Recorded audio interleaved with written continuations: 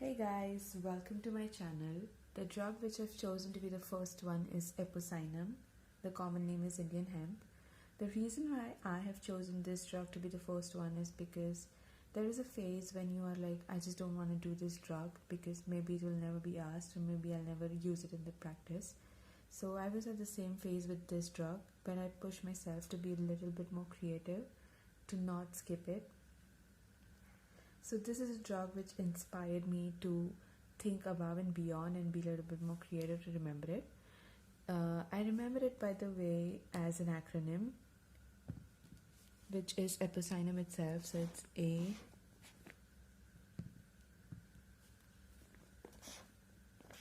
P, O, C, Y, N, Q, and an M. We will start with the A, which has many subsections, but the first one is ailment from. Ailment from is after typhus or typhoid, scarlatina, cirrhosis, or abuse of quinine. Now, one thing which everybody knows about Apocynum, even if you've left it an option, is that it is a dropsy drug. So I've made this O a little fatter to indicate dropsy. So dropsy is of serous membrane and is of acute inflammatory in origin. Here I'm showing open fontanelles because it is indicated in open fontanelles, and acute hydrocephalus.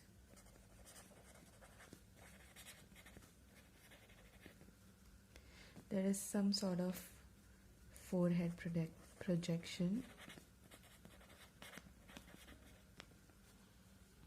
Now, when we talk about dropsy, there is always two things we have to compulsorily talk about, is how much is the water intake and how much is the water output. So by intake, we go with this, pani.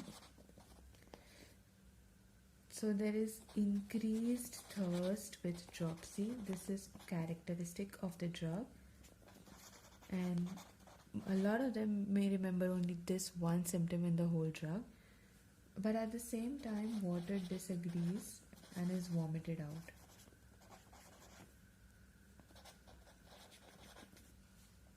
This is about the water intake. Now what about water output? So the excretions are nil, be it urine and sweat. While we are at urine, there are few more other characteristics of urine. So urine has few adjectives, which is hot, turbid, dribbling, mucus in urine, and burning. Plus all dropsy is included. It is also a drug for renal dropsy.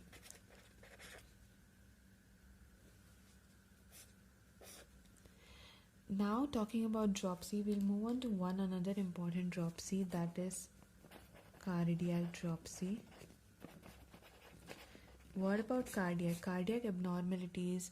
We've talked about kidney abnormalities. Now we have to talk about cardiac abnormalities. The heart action is feeble and irregular. And there is also tricuspid regurgitation.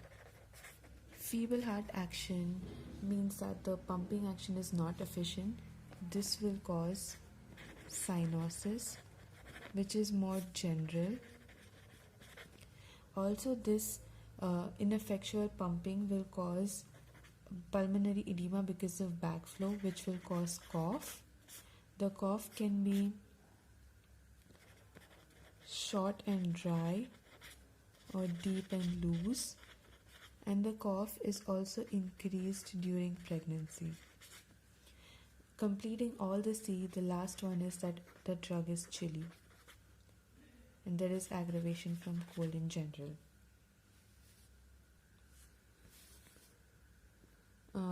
While talking about cardiac, there is one more important symptom, that is of pulse. If the heart rhythm is irregular, the pulse is also irregular and it is diminished because the heart's action is feeble. Now moving on to the two extremes, the A and M. I've kept A and M both for female symptoms. So another with A is amenorrhea, and amenorrhea is associated with dropsy or edema of abdomen and extremities, and this is usually of young girls. And one more symptom with A is anus. The sphincter was open and stool pass out involuntarily. This is also seen in one other drug. I want you all to comment down in the comment section below. One more thing about female is from M, that is metrorrhagia.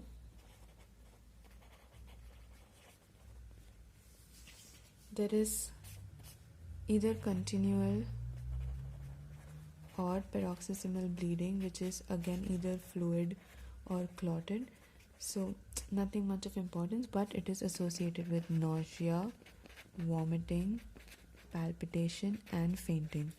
The characteristic of fainting is that there is fainting when she lifts her head from the pillow.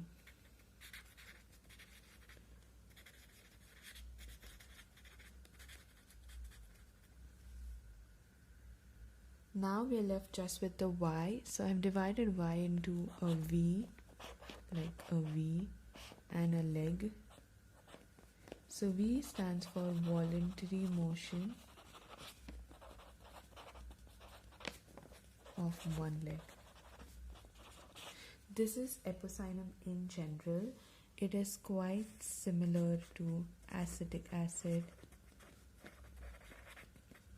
Apis में there is no thirst. And another drugs like arsenic, china, digitalis, and blata is usually prescribed if Apocynum doesn't do its job.